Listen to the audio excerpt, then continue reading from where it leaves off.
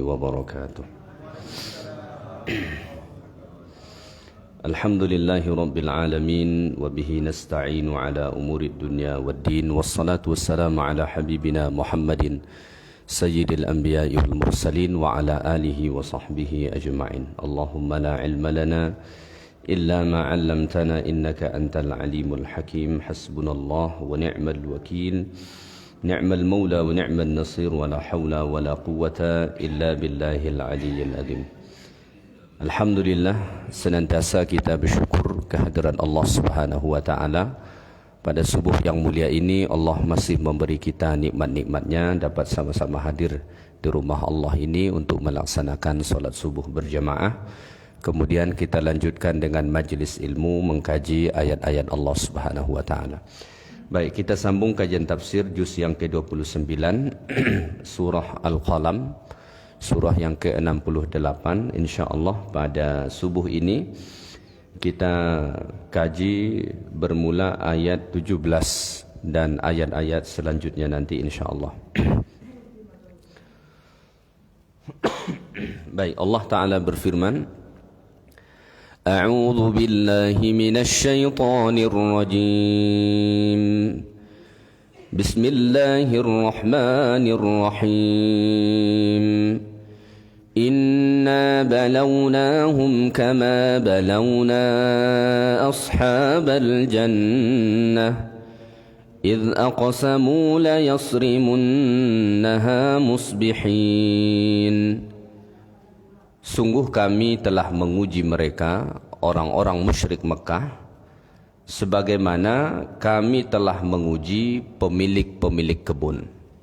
Ketika mereka bersumpah, pasti akan memetik hasilnya pada pagi hari.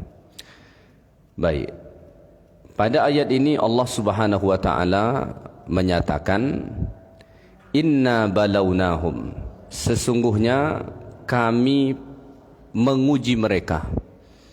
Siapa yang diuji Allah Ta'ala di sini? Orang-orang musyrik Makkah. Karena surah Al-Qalam ini adalah surah Makkiyah. Inna balawna haula'il mukadzibina bil khair. Sesungguhnya kami menguji mereka, orang-orang yang mendustakan Rasulullah itu, dengan berbagai macam kebaikan. Allah datangkan kepada mereka berbagai macam kebaikan. Wa amdadanahum bima syi'na min mali wa waladin. Allah beri kepada mereka seperti harta dan anak. Wa tulil umr, dan umur yang panjang, dan berbagai macam kenikmatan yang lainnya. La li karamatihim alaina, bukan karena kemuliaan mereka di sisi kami, bal rubbama yakunu istidrajan lahum min haitsu la yash'urun, tapi itu merupakan istidraj bagi mereka tanpa mereka sadari. Jadi Allah Subhanahu wa taala mendatangkan ujian kepada orang-orang Mekah, kepada orang-orang musyrik yang mendustakan Rasulullah dengan berbagai macam nikmat, bukan karena kemuliaan mereka, tapi itu merupakan istidraj dari Allah Ta'ala. Jadi tidak selalu yang kita lihat zahirnya itu nikmat sebagai nikmat. Kadang-kadang Allah hadirkan yang kita nampak itu nikmat, hakikatnya itu adalah istidraj dari Allah Subhanahu wa Ta'ala. Jadi Allah Subhanahu wa taala menguji mereka dengan berbagai macam kenikmatan. Falam yashkuru ni'amallahi alaihim, tapi mereka tidak mau bersyukur terhadap berbagai macam nikmat Allah itu. Yang ada mereka malah semakin kufur kepada Allah, mendustakan Allah Ta'ala dan Rasulnya, dan berbagai keburukan yang lain yang mereka lakukan, ya. Inna balawnahum kama balawna ashabal jannah. Sesungguhnya kami menguji mereka, orang-orang kufar Quraisy Makkah, dengan berbagai macam kenikmatan tadi supaya mereka bersyukur, tetapi mereka tak mau bersyukur. Ujian yang Allah timpakan kepada mereka itu sebagaimana kami menguji ashabul jannah. Ashabul jannah ini pemilik kebun, ya. Sebagaimana kami telah menguji pemilik-pemilik kebun, ya. Jadi ada disebut di dalam riwayat, ya. Jadi ada berbagai riwayat tentang pemilik kebun ini.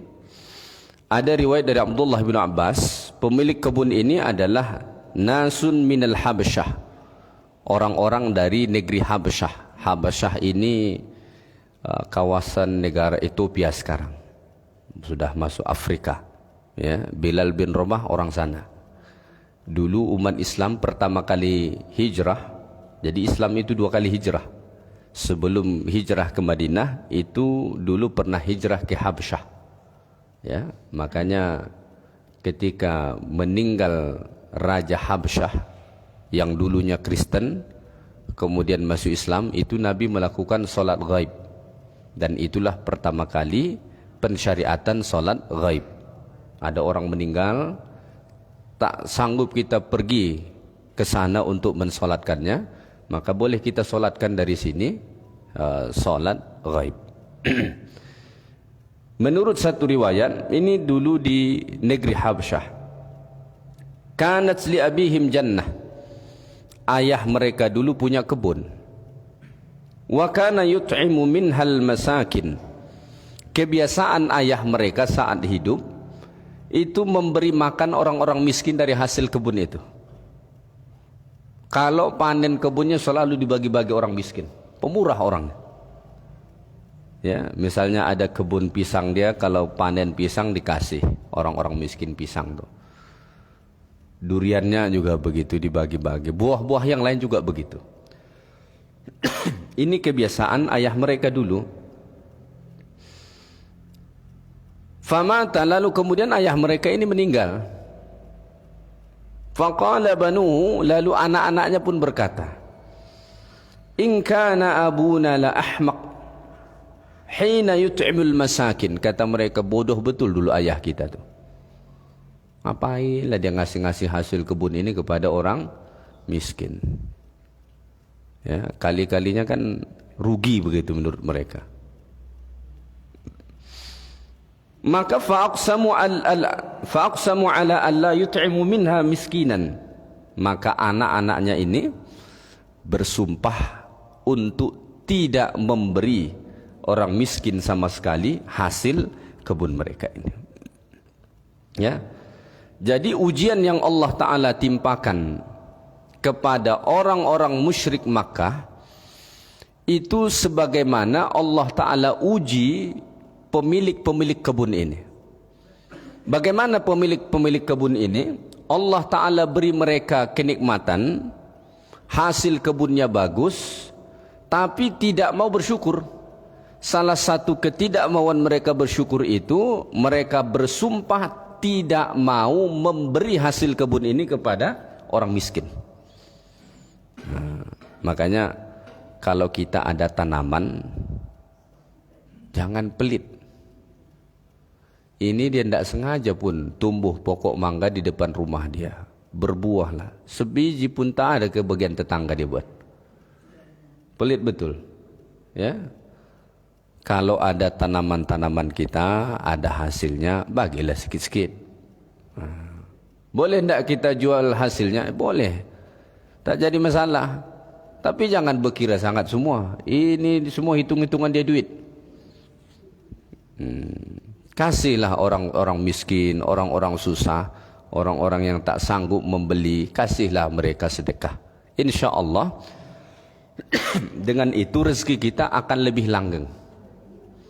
Ya, insya Allah dengan sebab itu rezeki kita, nikmat Allah itu akan semakin bertambah. Jadi salah satu tips supaya rezeki kita selalu dimudahkan Allah itu adalah bersedekah. Ini bukan hanya diyakini oleh orang Islam, bahkan orang yang bukan Islam pun meyakini hal ini. Saya agak sering mendengar tips-tips kesuksesan orang. Saya lihat video pengusaha-pengusaha yang notabene mereka ini bukan orang Islam, ya, non-muslim, tapi salah satu keyakinan kunci kesuksesan mereka misalnya dalam berbisnis apa? Berbagi. Orang bukan Islam itu, ya kan? Kita Islam, ayatnya ada, hadisnya ada gitu.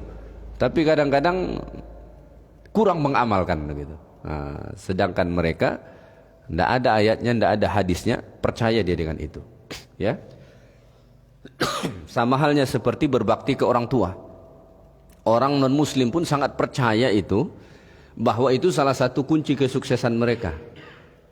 Ya, makanya kalau misalnya kita melihat orang-orang Cina misalnya yang sukses-sukses itu, wah, ibu mereka, orang tua mereka betul-betul dimuliakan oleh mereka. Ya. Betul-betul dimuliakan oleh mereka. Saya melihat satu video itu Tan Sri Tahir itu ya. Salah satu orang terkaya di Indonesia ini. Namanya Tahir tapi Cina ya. Karena Cina-Cina zaman dulu namanya dibuat seperti nama orang Islam kan. Nama pribumi kan. Saya melihat salah satu video beliau. Ibunya sudah sangat tua. Tapi setiap pagi dia hendak pergi kemana masih izin, seperti anak kecil izin sama maknya. Begitulah dia memuliakan orang tua dia, dan dia percaya itu salah satu adalah kunci kesuksesan dia. Nah, kita dalam Islam ayatnya jelas, hadisnya jelas, cuma kadang-kadang kita kurang mengamalkan. Ya. Baik, bagaimana pemilik kebun ini? Pemilik kebun ini, kata Allah Subhanahu wa taala pada ayat ini, pemilik kebun ini, kalau berdasarkan riwayat tadi anak-anak ini, ya. Idz aqsamu la yasrimunnaha musbihin. Mereka bersumpah pasti akan memetik hasilnya pada pagi hari. Jadi mereka ingin mengambil hasil pertanian mereka itu pagi-pagi betul. Ingin malam hari ini mereka bersumpah nih. Besok kita petik buah hasil kebun itu pagi-pagi. Pagi-pagi buta begitu. Tujuannya apa? Supaya orang miskin tak nampak. Manen malam hari. Subuh lah kita sebut ya. Karena kalau sempat sudah terang nanti orang miskin nampak, mereka minta begitu. Wah, ini saking kikirnya nih. Ya. Mereka bersumpah besok pagi subuh kita sudah manen, metik buah tuh. Ya. Nah, fala yat'am minha ghairahum minal masakin, sehingga tidak ada orang miskin dan orang selain dari mereka yang menikmati hasilnya. Tidak mau dia diminta tetangganya, tidak mau dia diminta orang miskin. Sampai-sampai manen pun masih gelap gitu. Subuh-subuh lah begini gitu. Rencana mereka subuh-subuh itu udah pergi manen gitu. Orang kan belum memperhatikan begitu. Saking takutnya dia diminta. Bersumpah mereka di malam hari itu. Wala yastathnun. Bahkan saat mereka bersumpah itu tidak ada mengucapkan insyaallah. Pasti besok hari kita memetik buah hasil kebun itu pagi-pagi betul. Sebelum orang beraktivitas. Sehingga orang-orang miskin itu tak nampak, mereka tak minta ke kita dan kita tidak akan memberi kepada mereka. Ya. Nah, inilah niat mereka di malam hari. Tapi nanti apa yang terjadi? Yang terjadi adalah belum lagi sampai ke pagi hari, waktu yang mereka kehendaki untuk mengambil hasil kebun tadi, kebun itu kemudian dibinasakan Allah. Ya. Maka ini memberi pengajaran kepada kita, al-ihsanu lil akharin min asbabi dawamin ni'am. Berbuat baik kepada orang lain itu salah satu sebab nikmat itu dikekalkan Allah. Ya. Misalnya nih, ada orang jualan apa dia? Jualan sarapan. Begitu. Jangan terlalu dikali-kali setiap mangkoknya. Ini udah dihitung sama dia. Supaya nikmat Allah itu tetap murah, tak ada salahnya niatkan setiap pagi 1-2 mangkok saya sedekah. Ya, tak rugi kita. Ya, tak rugi. Besok saya jualan 2 mangkok atau 3 mangkok, ini saya sedekahkan. Dia tengoklah orang yang datang ini kan nampak wajah-wajah miskin tuh. Ini miskin yang datang sarapan nih, begitu kan? Nah, udah gratiskan aja sama dia. Itu salah satu sebab Allah kekalkan nikmat itu bagi kita. Dan salah satu sebab nikmat itu cepat diputus Allah Ta'ala ketika kita tidak mau berbagi sama sekali. Mau kita nikmatin sendiri. Seperti pemilik kebun ini.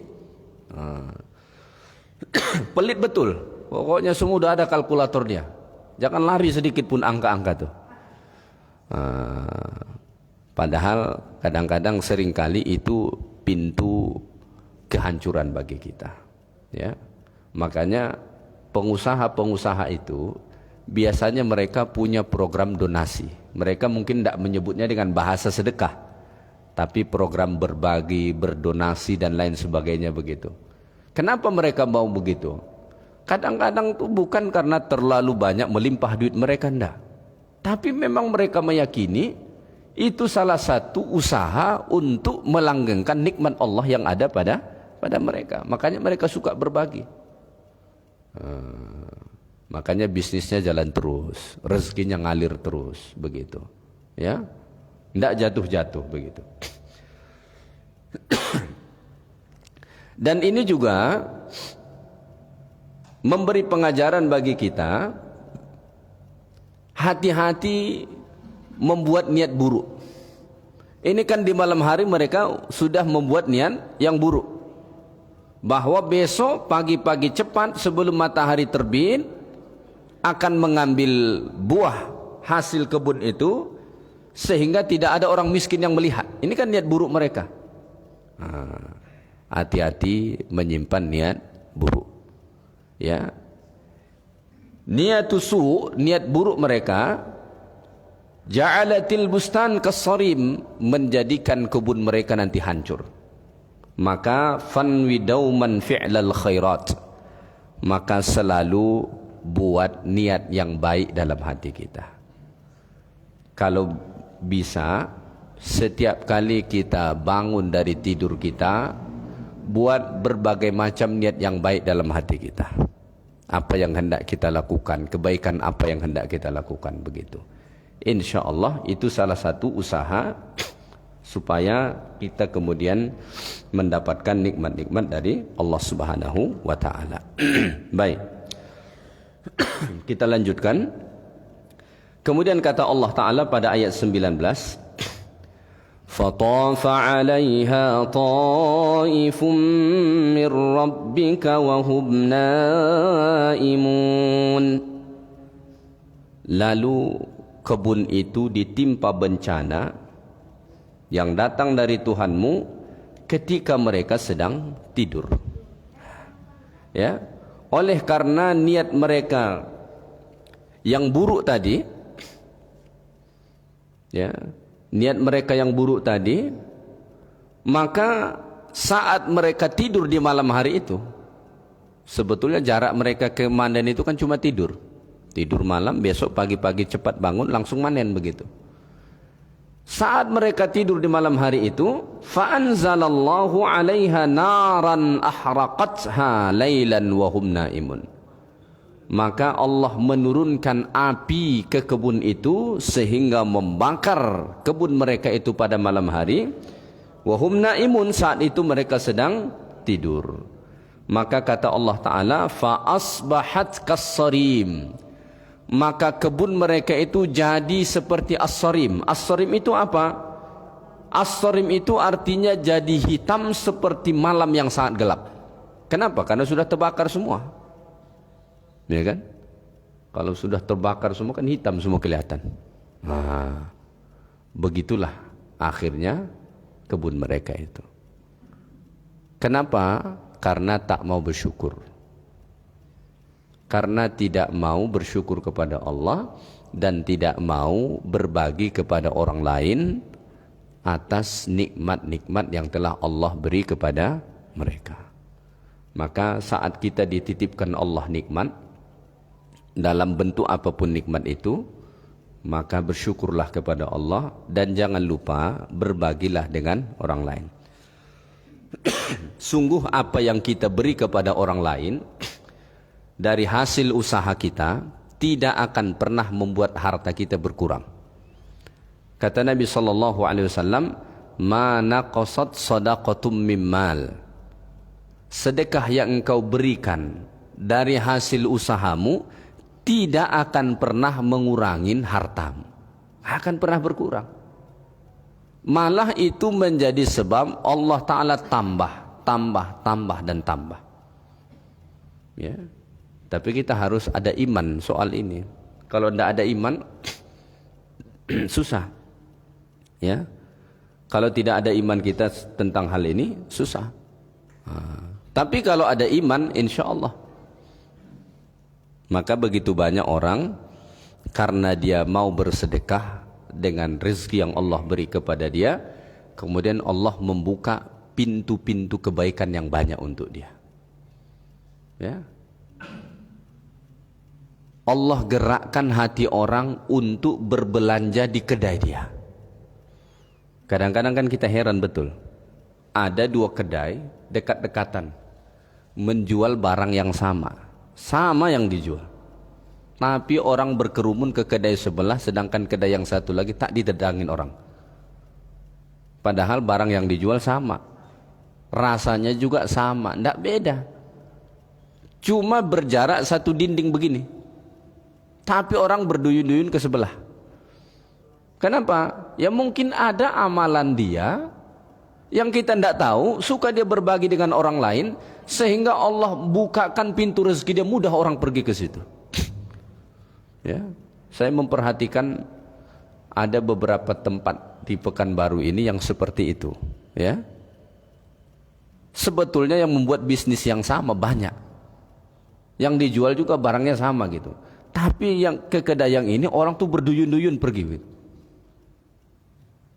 Mungkin saja, ini mungkin saja ya. Mungkin saja ada amalan dia yang kita tidak tahu. Mungkin saja. Kita tidak tahu. Tapi mungkin saja ada amalan dia yang kita tidak tahu. Dan mungkin amalan dia pemurah dengan orang. Sehingga Allah Ta'ala membuka pintu rezeki dia dari situ. Ya. Jadi bersedekah itu, berbagi dengan nikmat yang Allah beri kepada kita, tidak akan pernah mengurangkan harta kita. Malah dengan itulah insya Allah nikmat itu selalu dijaga Allah Ta'ala dan kekal pada diri kita.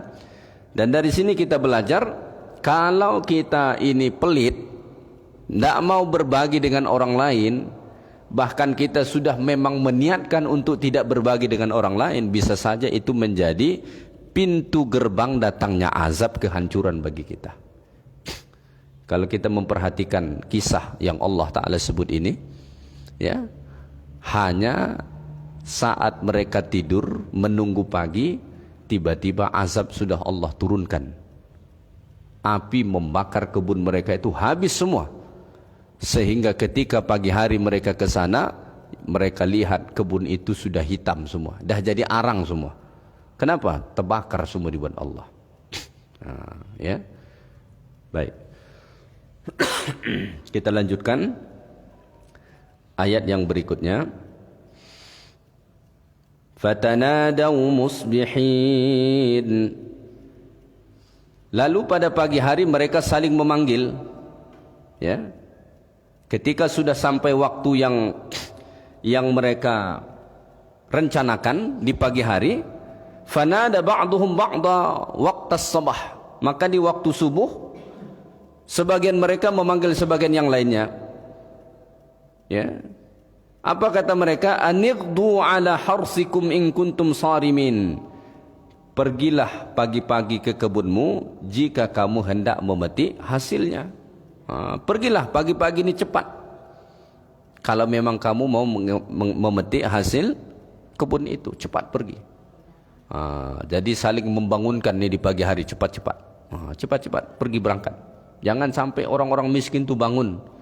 Jangan sampai orang-orang miskin itu melihat kalian, nanti mereka minta.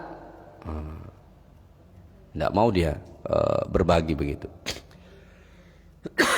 Jadi zaman dulu, ini di kampung lah ya, salah satu yang kebiasaan yang sudah hilang mungkin pada hari ini ya. Dulu waktu kecil di kampung, buah orang, tanaman buah-buahan orang tuh itu seperti jadi milik bersama. Dulu di kampung ya. Kalau ada pokok durian, siapa cepat dia dapat. Ya, tidak ada istilah jual menjual tuh. Dan itu sudah mentradisi. Ya, pokok durian orang jatuh, siapa cepat dia dapat. Tidak jadi masalah. Tapi kalau sekarang jangan. Kenapa? Udah ada kali-kalinya. Sebiji durian sekian katanya. Tidak mau dia lagi. Tapi kalau dulu bebas.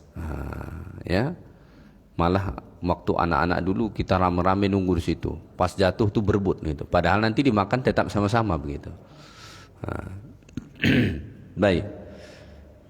Fantalaqu wa hum yatakhafatun. Maka mereka pun berangkat sambil berbisik-bisik.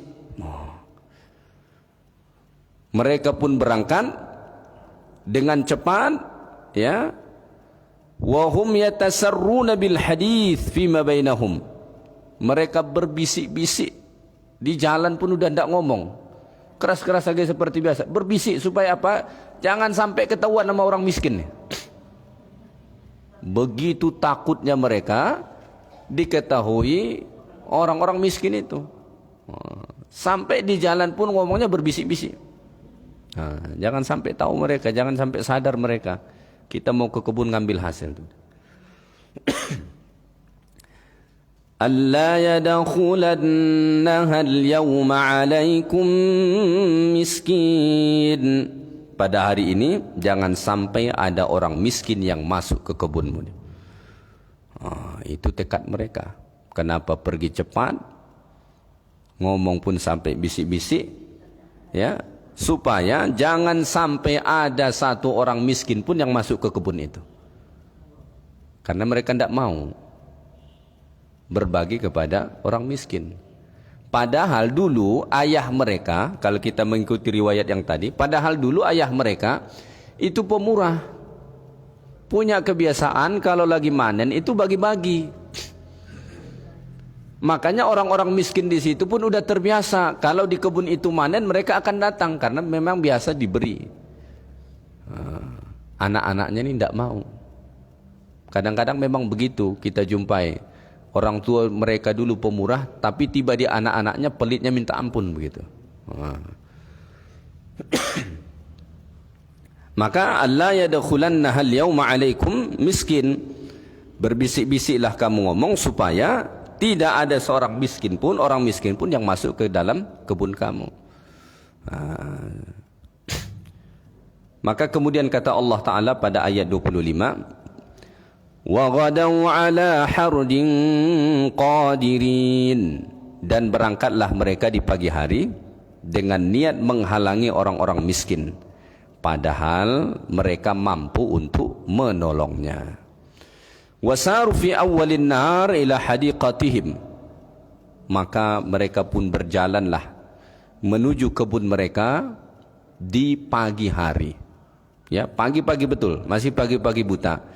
Ala qasdihim sayyi, dengan tujuan yang buruk. Apa tujuan mereka yang buruk itu?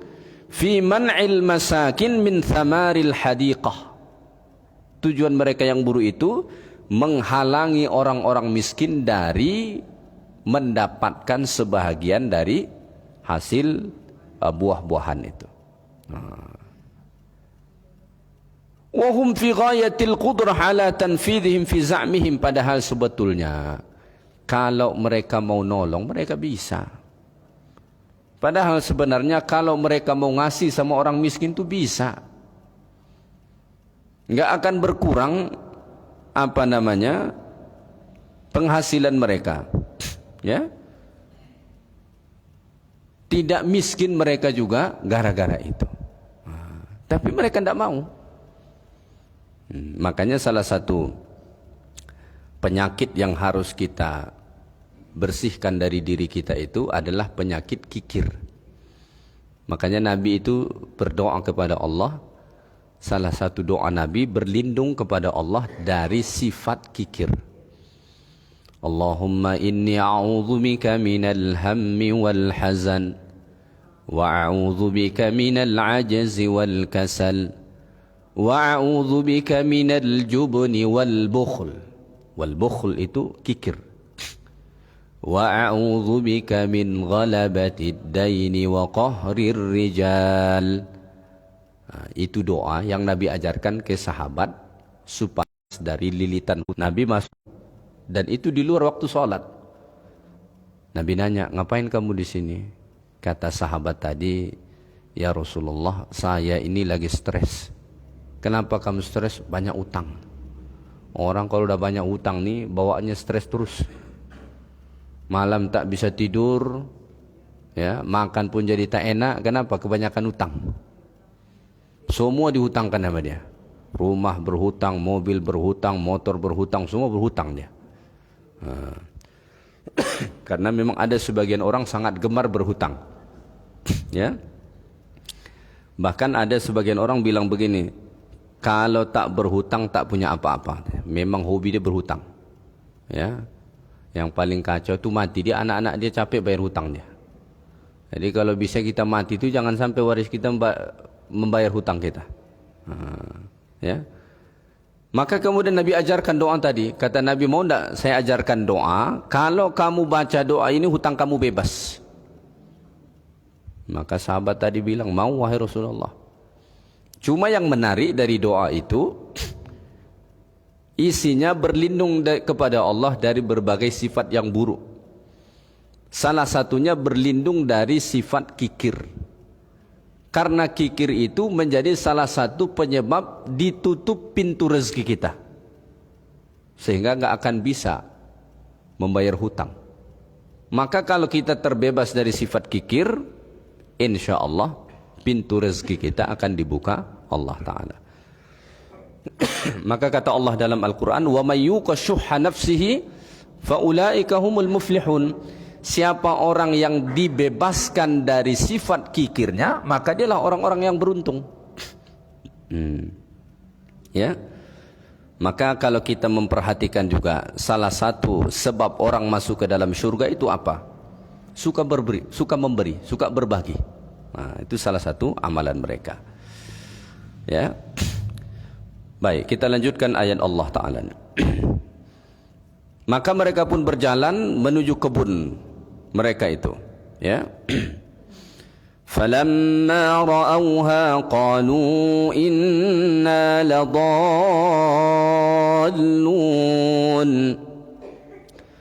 Maka ketika mereka melihat kebun itu, mereka berkata, sungguh kita ini benar-benar orang yang sesat. Ya, jadi tatkala mereka sudah sampai ke kebun itu, mereka menyaksikan bagaimana keadaan kebun mereka. Falamma ra'au hadiqatahum muhtariqah ankaruha. Ketika mereka melihat kebun mereka yang terbakar itu, waqalu, mereka berkata, laqad akhta'na at-tariqa ilaiha. Mereka berkata, sesungguhnya kita ini benar-benar sudah sesat. Udah salah kita ini. Jadi lebihnya mereka ini, mereka sadar. Setelah datang teguran Allah Ta'ala itu mereka sadar. Ya, jadi ada orang setelah ditegur Allah Ta'ala, dia sadar. Tapi ada juga sebahagian orang, ya, ada juga sebahagian orang sudah ditegur pun tetap tidak sadar-sadar juga. Nah, jadi apa namanya, berbeda manusia ini, ya. Falamma ra'auha qalu inna ladallun, ya. Baik. Bal nahnu mahrumun, bahkan kita tidak memperoleh apapun, kata mereka, ya. Bal nahnu mahrumun, bahkan kita mahrumuna khairaha, terhalang dari kebaikannya. Kita tidak memperoleh apa-apa lagi nih, udah nggak ada lagi hasil kita dapat nih.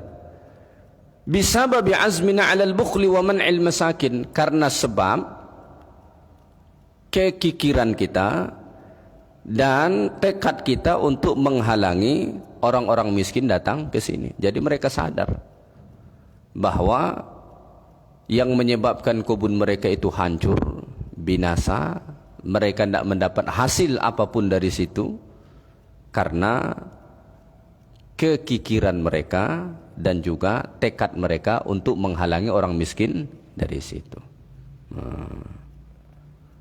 Baik, kemudian kata Allah Ta'ala, Qala awsatuhum alam aqul lakum lawla tusabbihun. Berkatalah seorang yang paling bijak di antara mereka, bukankah aku telah mengatakan kepada kamu, mengapa kamu tidak bertasbih kepada Tuhan kamu? Maka saat itu berkatalah seseorang, awsatuhum ini yang paling adil lah di antara mereka, yang paling bijaksana, ya. Alam aqul lakum laula tusabbihun, bukankah aku telah mengatakan kepada kalian, ya, mengapa kalian tidak bertasbih kepada Allah? Kenapa tidak mensucikan Allah Subhanahu wa taala? Ya. Qalu subhana rabbina inna kunna zalimin. Maka mereka pun saat itu mengucapkan, Maha suci Tuhan kami, sesungguhnya kami ini adalah orang-orang yang zalim, ya.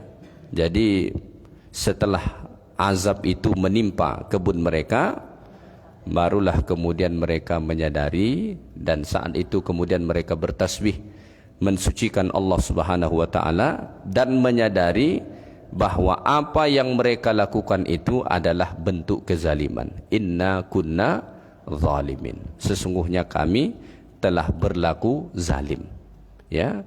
Jadi salah satu kezaliman itu adalah kikir kepada orang lain dan menanamkan niat yang buruk terhadap orang lain, seperti yang dilakukan oleh pemilik-pemilik kebun ini, ashabul jannah, ya. فَأَقْبَلَ بَعْضُهُمْ عَلَى بَعْدٍ يَتَلَاوَمُونَ. Lalu mereka saling berhadapan dan saling menyalahkan. Karena sudah sadar, akhirnya mereka pun saat itu saling salah menyalahkan. Ini gara-gara kamu nih, bukan kamu juga, kamu. Ya. Tapi ini masih bagus. Kenapa? Karena mereka sadar akan apa yang mereka perbuat, ya. Qalu ya wailana inna kunna taghin.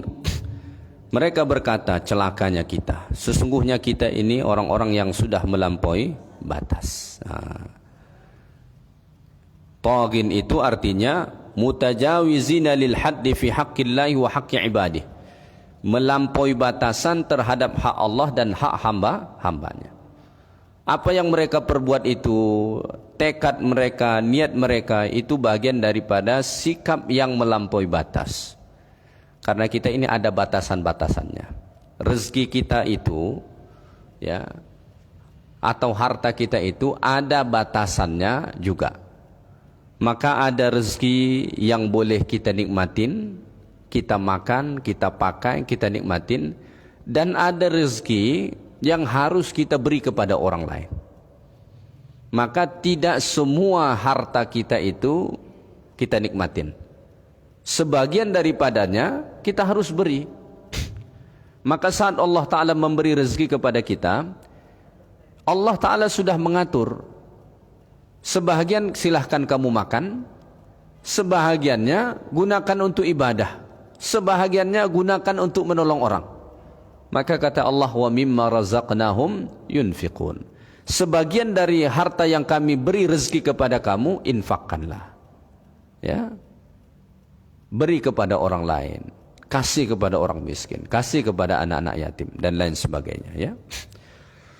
Maka ketika kita ingin memakan semua hasil atau rezeki yang Allah Ta'ala beri, itu sudah melampaui batas namanya. Tapi sebagian orang kan berpikir begini, wah, ini kan hasil kerja keras saya, ini kan hasil capek saya, masa saya capek-capek terus orang enak-enak mau menikmatin, katanya. Ya, kadang-kadang manusia berpikir begitu, dan itu adalah pikiran yang buruk. Ya, pikiran yang buruk. Allah memberi rezeki kepada kita sebahagiannya untuk kita tunaikan hak Allah Ta'ala dan hak hamba-hamba Allah Subhanahu wa Ta'ala. Baik, kemudian kata Allah Ta'ala, Asa Rabbuna an yubdilana khairan minha inna ila Rabbina raghibun. Mudah-mudahan Tuhan memberikan ganti kepada kita dengan kebun yang lebih baik daripada yang ini. Sungguh kita mengharapkan ampunan dari Tuhan kita. Jadi setelah mereka sadar akan kesilapan mereka, lalu kemudian mereka bertaubat kepada Allah Ta'ala, maka mereka berharap fahum rajaullaha ayyubdilahum khairan minha. Mereka berharap kepada Allah supaya Allah Ta'ala mengganti kebun itu yang lebih baik untuk mereka. Ya, asa rabbuna ayyubdilana khairan minha. Mudah-mudahan Tuhan kita Allah Ta'ala mengganti bagi kita yang lebih baik dari kebun ini. Inna ila rabbina raghibun. Sesungguhnya kepada Tuhan kita lah kita berharap. Jadi hanya kepada Allah Ta'ala saja kita berharap. Mudah-mudahan Allah mengganti sesuatu yang lebih baik. Jadi kalau kita dapat musibah, ya, kita dapat musibah, kita tidak boleh berputus asa. Tidak boleh berputus asa. Berharaplah supaya Allah mengganti dengan sesuatu yang lebih baik. Makanya salah satu doa yang diajarkan Nabi saat dapat musibah, bacalah doa, Allahumma ajurni fi musibati wa akhlufli khairam minha.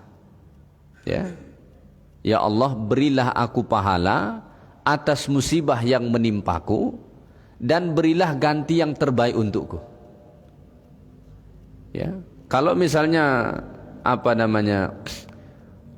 Allah takdirkan kita dapat musibah, kehilangan sesuatu, misalnya, baca doa itu, Allahumma ajurni fi musibati, ya Allah beri aku pahala atas musibah yang menimpaku. Karena ada sebahagian orang udah dapat musibah, dapat dosa lagi. Kenapa? Dia tidak ridho dengan musibah itu. Dia tidak sabar atas musibah itu. Malah dengan musibah itu dia membenci Allah Ta'ala, dia marah kepada Allah, akhirnya dia dapat dosa. Maka kita berharap atas musibah yang Allah timpakan ke kita, kita dapat pahala. Yang kedua, wakhluf li khairam minha. Berilah ganti yang terbaik untukku. Doa ini dulu diajarkan Nabi kepada Ummu Salamah saat Abu Salamah meninggal. Abu Salamah meninggal, datang Nabi, lalu Nabi menjumpai Ummu Salamah. Kata Nabi, bacalah doa ini, Allahumma ajurni fi musibati wa akhlif li khairan minha. Ya Allah, beri aku pahala atas musibah yang menimpaku. Saat itu Abu Salamah suaminya meninggal, dan berilah aku ganti yang lebih baik darinya. Doa Ummu Salamah ini dikabulkan Allah. Bagaimana cara Allah mengabulkannya? Abu Salamah meninggal, Allah ganti kepada Ummu Salamah Rasulullah. Karena setelah Abu Salamah meninggal, Nabi menikahi Ummu Salamah. Mana lebih baik, Nabi atau Abu Salamah? Nabi dong. Boleh hendak ini dibaca saat pasangan meninggal? Manalah tahu kan? Istrinya meninggal atau suaminya meninggal, masih pengen cari ganti gitu. Boleh tak dibaca doa ini? Boleh dong. Dan ganti itu tidak semestinya suami atau istri yang datang. Bisa saja Allah ganti dalam bentuk yang lain, begitu kan? Tapi kalau pengen pasangan diganti dengan pasangan juga tidak apa-apa, boleh. Maka Orang kalau sudah kehilangan pasangan, bukanlah aib kalau dia menikah. Ini ada sebagian orang memframing kalau misalnya pasangannya meninggal begitu, belum lama nikah, wih, ini orang nih baru lagi bininya meninggal dah kawin lagi dia. Apa salahnya? Nah, ada salahnya tuh. Ya, yang penting tuh dia tak janjian sewaktu bininya hidup. Yang salah tuh dia udah janjian dan tunggu aja mati biniku ku ambil kau katanya. Nah, itu salah tuh. Tapi kalau misalnya istrinya meninggal, lalu kemudian setelah itu dia menikah, tidak apa-apa, boleh dalam Islam itu memang boleh. Dan kadang-kadang kesalahan anak-anak itu apa? Dia menghalangi orang tuanya untuk nikah lagi. Jangan sampai nikah lagi ya. Kalau nikah kami tidak mau datang sini lagi. Bapak dia masih ada hasrat. Dan itu tidak bisa diwakilkan. Ya kan? Mana bisa diwakilkan ke orang lain? Tidak bisa. Kami kan sudah ada anak-anak yang jaga ayah. Tidak usah kawin lagi. Bapaknya masih ada hasrat. Memanglah makanan bisa mereka kasih, bisa mereka urus dia. Tapi yang satu itu tidak bisa. Dia harus kawin. Dan tidak usah dihalang-halangin yang itu. Bapak ini kan dah tua nih. Apain lagi mikirin nikah, mikirin mati lagi katanya. Dia masih hidup. Jangan dihalang-halangin. Ya. Karena sering kasus terjadi anak-anaknya melarang. Bahkan lebih parah lagi, setelah ayahnya menikah lagi, anak-anaknya malah memusuhi. Ini saya ada ketemu sampai dia diusir anaknya dari rumah tuh. Itu rumah dia masih hidup. Gara-gara dia nikah lagi setelah istrinya meninggal, keluar dia dari rumah dia sendiri. Ya. Padahal itu rumah dia. Dia yang bangun gitu. Gara-gara apa? Anak-anaknya gitu. Jadi tidak boleh. Doakan kepada Allah, Allah ganti dengan yang lebih baik. Mana tahu dia dapat bini yang lebih baik lagi, atau dapat suami yang lebih baik lagi, ya kan? Jadi saat kita dapat musibah, selalulah berharap kepada Allah supaya Allah ganti dengan sesuatu yang lebih baik. Mereka juga begitu, karena mereka sudah sadar ini kesalahan kita. Kita sudah melampaui batas, Allah juga sudah menurunkan azab. Maka mereka berharap supaya Allah ganti dengan ganti yang lebih baik. Maka saat kita dapat musibah, berdoa kepada Allah, Allahumma ajurni fi musibati wa akhlif li khairan minha. Ya Allah, berilah aku pahala atas musibah yang menimpaku dan berilah ganti yang lebih baik. Ya, mana tahu motornya dapat musibah, Allah ganti dengan mobil. Mana tahu rumahnya yang kecil itu dapat musibah, Allah ganti dengan rumah yang lebih bagus setelah itu. Jadi selalu berharap kepada Allah Ta'ala. Baik. Kemudian kata Allah pada ayat 33, kadzalikal adzab wal'adzabul akhirati akbaru law kanu ya'lamun. Seperti itulah azab di dunia, dan sungguh azab akhirat itu lebih besar sekiranya mereka mengetahuinya. Ya, Allah menjelaskan apa yang menimpa mereka dan kebun mereka itu, ya, itu baru azab dunia. Ya, itu baru azab dunia. Maka ini memberi dalil bagi kita, azab itu ada berbagai macam. Ada azab dunia, ada azab alam barzakh, ada azab di mahsyar, dan ada azab neraka. Ya, nikmat juga begitu. Ada nikmat dunia, ada nikmat di alam barzakh, ada nikmat di padang mahsyar, dan ada kenikmatan di surga. Azab yang di dunia ini itu sangat kecil kalau dibandingkan dengan azab yang ada di akhirat sana. Makanya kata Allah, wal'adzabul akhirati akbar, dan azab akhirat itu jauh lebih besar. Sudah begitu mengerikan mereka melihat kebun yang subur, yang banyak buah itu tiba-tiba jadi hitam semua terbakar. Kata Allah, itu baru azab dunia. Dan azab akhirat itu nanti jauh lebih besar. Maka sedahsyat apapun kita melihat azab dunia atau mendengar azab dunia, ketahuilah itu baru sebahagian kecil dari azab itu.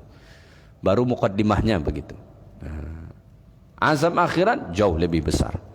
Begitu juga dengan kenikmatan. Senikmat apapun kita lihat kenikmatan dunia ini, itu kecil kalau dibandingkan dengan kenikmatan akhirat. Kita lihat nikmat ini luar biasa nih. Luar biasa nih begitu. Tapi kalau dibandingkan dengan nikmat akhirat, itu masih sangat kecil. Baru mukaddimahnya saja.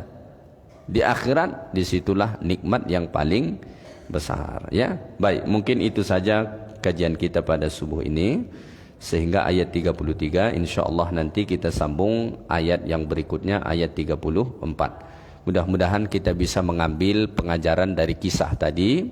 Jadilah hamba Allah Ta'ala yang bersyukur atas segala nikmat yang diberinya. Salah satu bentuk syukur atas nikmat Allah itu, pertama bersyukur kepada Allah dengan mentaatinya. Yang kedua, jangan lupa berbagi dengan orang lain. Ya, kalau dapat gaji, berusaha, berkebun, bertani, apapun ada hasil kita, jangan lupa sisihkan sedikit untuk orang lain. Insya Allah itu menjadi pembuka kelancaran rezeki bagi kita, dan nikmat yang ada itu akan dikekalkan Allah Subhanahu wa Ta'ala. Jauhkan sifat kikir, karena sifat kikir itu menjadi sebab bencana terhadap nikmat-nikmat yang Allah Ta'ala beri kepada kita, ya. Mudah-mudahan bermanfaat bagi kita semua. Yang baik dari Allah, yang kurang dari saya. Subhanakallahumma bihamdik, asyhadu an la ilaha illa anta, astaghfiruka wa atubu ilaik. Assalamualaikum warahmatullahi wabarakatuh.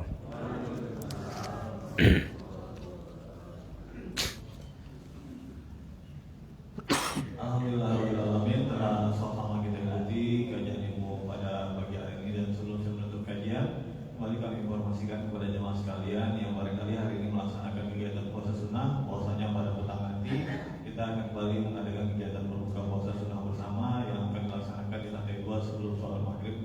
Jadi mari